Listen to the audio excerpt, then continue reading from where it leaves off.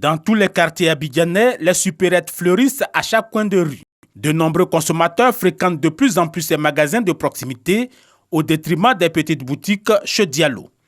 Ces supérettes proposent une large gamme de produits allant des aliments frais au sec en passant par les produits laitiers, les eaux minérales, les jus, les tartines, les boissons et les cosmétiques. Abdoulaye Isia Djamé a résisté mais a dû finalement s'adapter au sens du vent. Même si on voit que c'est le magasin est un peu serre, mais si tu as 3 boutiques, 4 boutiques comme ça, il faut essayer de diminuer. Tu prends un bon boutique, tout ce qui reste là, tu vends et puis tu proposes comme ça là. Parce que le temps actuellement, c'est ça les gens aiment. À l'intérieur de la supérette d'Abdoulaye, les rayons sont étroits, mais les prix très compétitifs. Tidjane, un habitué. Les supermarchés, la première chose, il y a la qualité, il y a la différence pour la date et vendre des choses. Bon, c'est bien garanti. Dans les frigos, c'est propre. Dans cette haute supérette du plateau de Cuy, le gérant fait l'inventaire et s'assure que tout va bien. Silo, bonjour, ça va un peu? Ça va. Et la journée? Ça va. Ça va un peu. Les clients aujourd'hui premiers, c'est comment? Les 100? Ça va un peu. Ils viennent, ça va. Ah, ok. On fait un peu, ça va. Ok. Bien sûr. Batois, à la recherche de piles d'une certaine qualité depuis ce matin, entre dans le magasin. Bonjour madame, il peut avoir la pile là.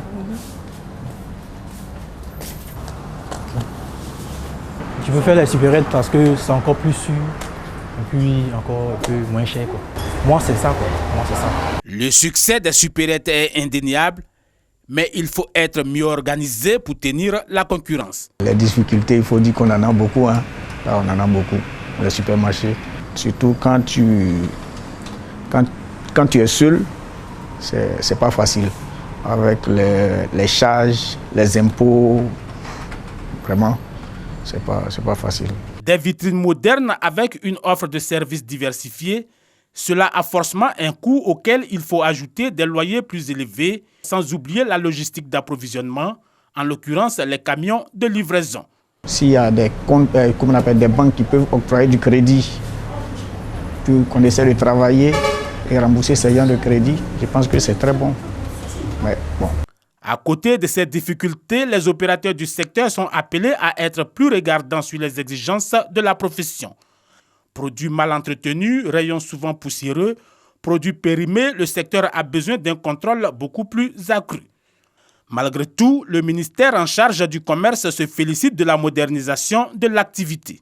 Et aujourd'hui, la politique commerciale de l'État, c'est d'amener les commerçants qui sont dans l'informel à sortir de l'informel. Nous accompagnons ces commerçants, nous accompagnons les structures qui veulent sortir des traditionnels échanges à la modernité. Il est carrément impossible de donner le chiffre exact de supérettes que compte la ville d'Abidjan.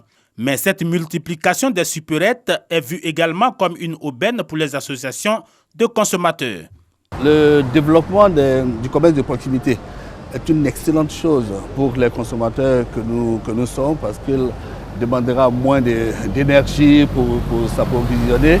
Et quand ce développement est accompagné d'une amélioration de la visibilité de ces points de vente, c'est encore très bien.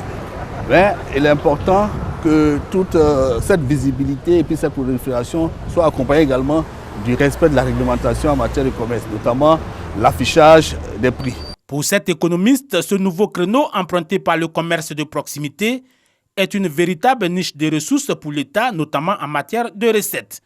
Donc, le fait que ces activités se formalisent représente vraiment un grand avantage pour l'État, parce que cela pourrait permettre à l'État de pouvoir les taxer facilement et aussi, en tout cas, augmenter ses recettes. Parce que, vous savez, le secteur informel, selon les estimations du Fonds monétaire international, contribue pour 30 à 40% au PIB du pays.